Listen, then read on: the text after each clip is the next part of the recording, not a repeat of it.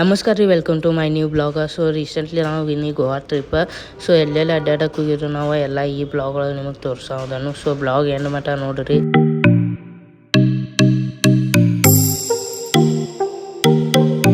So ಗೋವಾದೊಳಗೆ ನಾವು first ಹೋಗಿದ್ವಿ ಶ್ರೀ ಕಾಮಾಕ್ಷಿ ದೇವಿ temple. So ಅಲ್ಲಿ ಹೋಗಿ ರೂಮ್ ಒಳಗೆ ಹೋಗಿ ಎಲ್ಲ ಫ್ರೆಶ್ ಅಪ್ ಇರುವಾಗ ನಾವು ದರ್ಶನ ಇದು ಮಾಡ್ಕೊಂಡು ರೀ. ಸೊ ಅದಾದ್ಮೇಲೆ ನಾವು ಊಟಕ್ಕೆ ಹೊಂಟು ಬೇರೆ ಕಡೆ.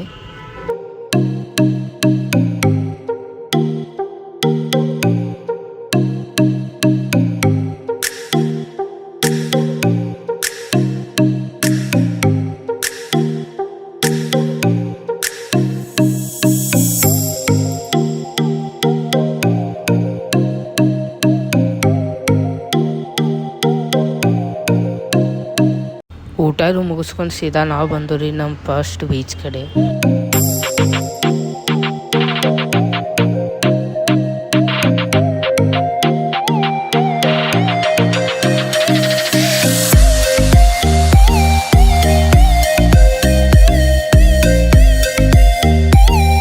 ಸೊ ಈ ಬೀಚ್ ಒಳಗೆ ಎಂಜಾಯ್ ಮಾಡಿ ಫುಲ್ ಫ್ರೆಶ್ ಅಪ್ ಇರುವಾಗ ನಾವು ಹೊಂಟು ರೀ ನಮ್ಮ ಸೆಕೆಂಡ್ ಲೊಕೇಶನ್ ಕಡೆ.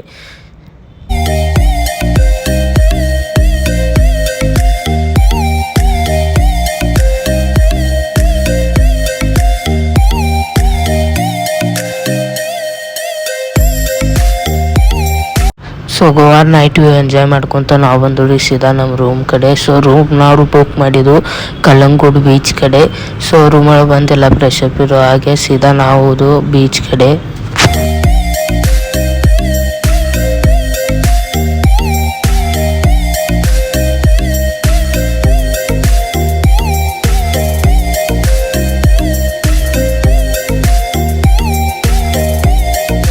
ಸೊ ರಾತ್ರಿ ಅಲ್ಲೇ ಬೀಚ್ ಕಡೆನೂ ಊಟ ಇದು ಮಾಡಿ ಬಂದಿದ್ದು ನಾವು ಸೀದಾ ಮಕ್ಕೊಂಡಿದ್ದು.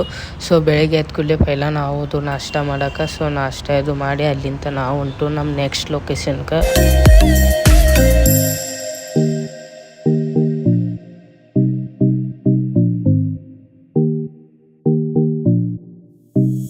ಸೊ ಆಮೇಲೆ ನಾವು ಥರ್ಡ್ ಲೊಕೇಶನ್ಗೆ ಬಂದಿದ್ದು ಬೊಟೋಲ್ ಬೀಚ್.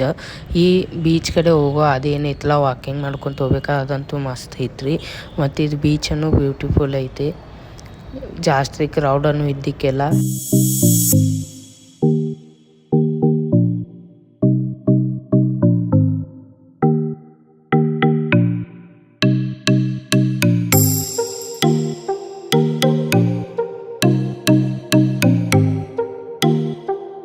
ಸೊ ಆಮೇಲೆ ನಾವು ಹೋದ್ರಿ ನಮ್ಮದು ಫೋರ್ತ್ ಮತ್ತು ಲಾಸ್ಟ್ ಬೀಚ್ಗೆ. ಈ ಬೀಚ್ ಲೊಕೇಶನ್ ಒಳಗೆ ಹೆಸರು ತೋರಿಸ್ಬಾರ್ದು, ಮತ್ತು ನಾ ಬೀಚ್ ಕಡೆ ಹೋದಾಗ ಯಾವುದೋ ಬೀಚದ ಹೆಸರು ಸೇವ್ ಮಾಡಿ ಇಟ್ಕೊಂಡಿಕ್ಕೆಲ್ಲ. ಸೊ ಅದಕ್ಕೆ ಈ ಸ್ವಲ್ಪ ಕ್ಲಿಪ್ಸ್ ಹಾಕನು ಫೋರ್ತ್ ಬೀಚದ ನೋಡಿ.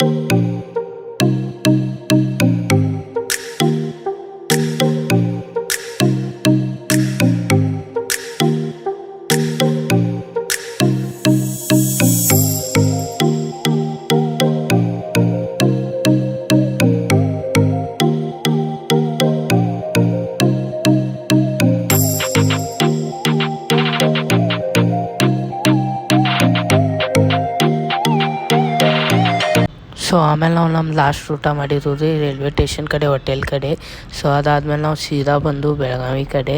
ಸೊ ಈ ಬ್ಲಾಗ್ ನಿಮಗೆ ಇಷ್ಟ ಆಗಿದ್ರೆ ಲೈಕ್, ಶೇರ್, ಕಾಮೆಂಟ್, ಸಬ್ಸ್ಕ್ರೈಬ್ ಮಾಡಿರಿ. ನಾ ಸಿಗ್ತೇನೆ ನಿಮಗೆ ನೆಕ್ಸ್ಟ್ ಬ್ಲಾಗ್ ಜೊತೆ. ಅಲ್ಲಿವರೆಗೂ ಬಾಯ್ ಬಾಯ್.